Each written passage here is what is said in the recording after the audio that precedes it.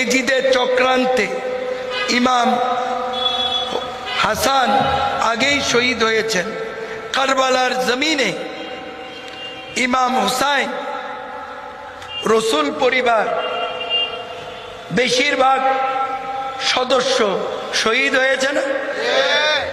দুদেশিত আসকার একটু পানি চেয়েছিল, পানির বদলে পেল তীর, তিনিও শহীদ হয়েছে। কিন্তু আওলাদে রসুলের ধারাকে বাঁচিয়ে রাখবেন কে? উচ্চস্বরে বলেন কে? বাঁচানোর মালিক কে? মারার মালিক কে? হায়াতের মালিক কে? রিজিকের মালিক কে? বাঁচানোওয়ালা কে? আওলাদে রসুলের ধারাকে আল্লাহ তো বাঁচিয়ে রেখেছে। ইমাম জয়নাল আবেদিন ইমাম হুসাইনের ছেলে ইমাম জয়নাল আবেদিন তিনি অ্যারেস্ট হয়ে গেলেন এজিদ বাহিনীর হাতে। এটা লম্বা ঘটনা। এজিদের কারাগারে তিনি দীর্ঘদিন ছিলেন। বাঁচিয়েছেন কে? উচ্চস্বরে বলেন, বাঁচিয়েছেন কে? কেন? আওলাদে রসুলের ধারাকে জীবিত রাখার জন্য।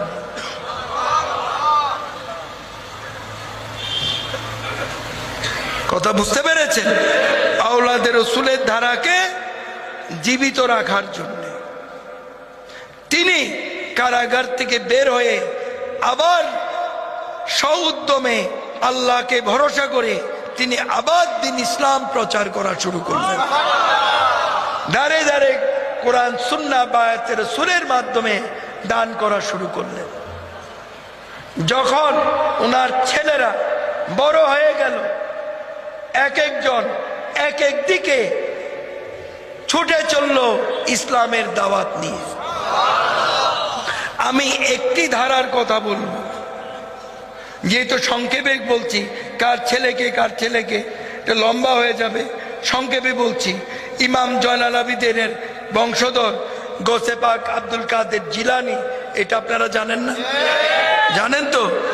ওনার ছেলে হচ্ছেন শেখ সৈয়দ হামিদ উদ্দিন বগদাদি। ওনার ছেলে হচ্ছেন আব্দুল ওয়াহাব আল কাদেরী। ওনার ছেলে হচ্ছেন শেখ সৈয়দ শাহাবুদ্দিন সরওয়ার্দী। ওনার ছেলে হচ্ছেন শেখ সৈয়দ হামিদ উদ্দিন বগদাদি। তিনি এই ভারতবর্ষে ইসলাম প্রচার করতে এসেছিলেন। ভারতের গণ্যধর তখন ছিল ভারতবর্ষ, তখন কোনো ভাগাভাগি ছিল না। ভারতের গণ্যগরে তিনি ইসলাম প্রচার করে তৎকালে তিনি চলে গিয়েছিলেন বর্তমানে যেখানে মিয়ানমার বা বার্মা, এই অংশে তিনি বিশাল অংশ জোড়া তিনি মুসলমান করেছিলেন। এখানে ওনার অনেক কারামত নিহিত রয়েছে, সেটা আর আমি বলছি না, আমি শর্টকাটে বুঝিয়ে দিচ্ছি। ওই অংশ আরাকান রাজ্য, এই অংশ আরাকান রাজ্য। তিনি বঙ্গোপসাগর পাড়ি দিয়ে এই অংশে এসে আবার মুসলমান করা শুরু করলেন।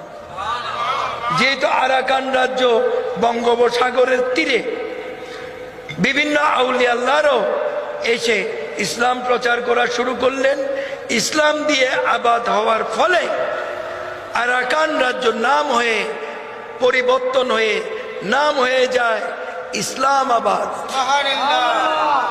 তার অনেক পরে হযরত বদর শাহ নামে একজন আউলিয়া আল্লাহ এসে চাটি জ্বালানোর কারণে নাম হয়ে গেছে চাটিগাঁ বা চট্টগ্রাম। কথা বুঝতে পেরেছে? এই হামিদ উদ্দিন বগদাদির বংশধর আওলাদ হচ্ছে গৌসুল আজম আহমদুল্লাহ মেজভান্ডারী, গৌসুল আজম গুলামুর রহমান মেজভান্ডারী, গৌসে জামান শফিউল বশর মেজভান্ডারী। তখনও মেজভান্ডার শরীফ থেকে ইসলাম প্রচার চলেছে, বর্তমানেও মেজভান্ডার শরীফ থেকে ইসলাম প্রচার চলছে। এই যে আমাকে দেখছেন, আমার এই হাতে অনেক লোক মুসলমান হয়েছে, কিন্তু কোনদিন কোন বেদিন বলতে পারবে না মুজিবুল বশর মেজভান্ডারী জোর করে কাউরে কোনদিন মুসলমান বানিয়েছে, কোনদিন কেউ বলতে পারবে। এখনো ইসলাম প্রচার চলছে, ইনশাল্লাহ কিয়ামত পর্যন্ত মাইজ ভান্ডার শরীফ থেকে ইসলাম প্রচার চলবে। কথা বুঝতে পেরেছেন? আমি একটি নহরের কথা বলব, আওলাদের রসুলের বিভিন্ন নহর। এই যে ধরেন এটা ভারতবর্ষ, কোন নবী রাসূল আল্লাহর হুকুমে এসে এই দেশে ইসলাম প্রচার করে নাই। এই ভারতবর্ষে আউলিয়া আল্লাহরা ইসলাম প্রচার করেছে। গৌসুল আজম খাজা মঈনুদ্দিন চিশতি তিনি ইসলাম প্রচার করেছেন। সিলেটের শাহজালাল রহমতুল্লাহ আলাইহি 360 জন আউলিয়া আল্লাহ নিয়ে এসে তিনি ইসলাম প্রচার করেছেন। এইভাবে হাজার হাজার আউলিয়া আল্লাহরা, একটু আগে হামিদুদ্দিন বগদাদির কথা তো আমি বললাম, হাজার হাজার আউলিয়া আল্লাহরা এই দেশে ইসলাম প্রচার করার ফলে আজকে কোটি কোটি কণ্ঠে উচ্চারিত হচ্ছে। পড়েন কালমায়ে তাইয়্যিব লা ইলাহা ইল্লাল্লাহ মুহাম্মাদুর রাসূলুল্লাহ সাল্লাল্লাহু। অস্বীকার করা যাবে?